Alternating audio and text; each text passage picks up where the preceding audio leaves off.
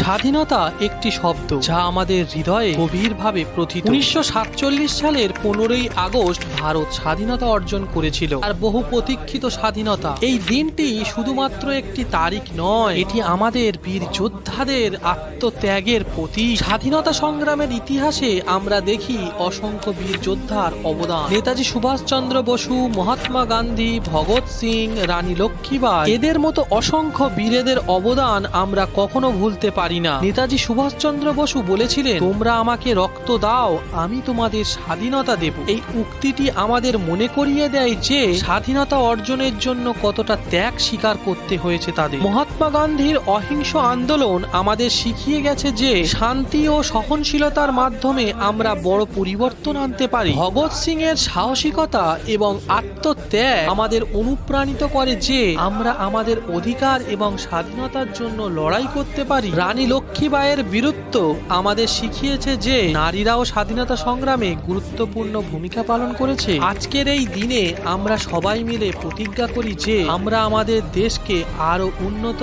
ও সমৃদ্ধশালী করে তুলব। স্বাধীনতা দিবসের এই শুভ মুহূর্তে আসুন আমরা সবাই মিলে আমাদের দেশকে ভালোবাসি এবং তার উন্নতির জন্য কাজ করি। আমাদের ঐক্য আমাদের শক্তি। জয় হিন্দ। ভিডিওটি যদি আপনাদের ভালো লেগে থাকে তাহলে একটি লাইক করবেন, শেয়ার করবেন এবং সাবস্ক্রাইব করতে ভুলবেন না।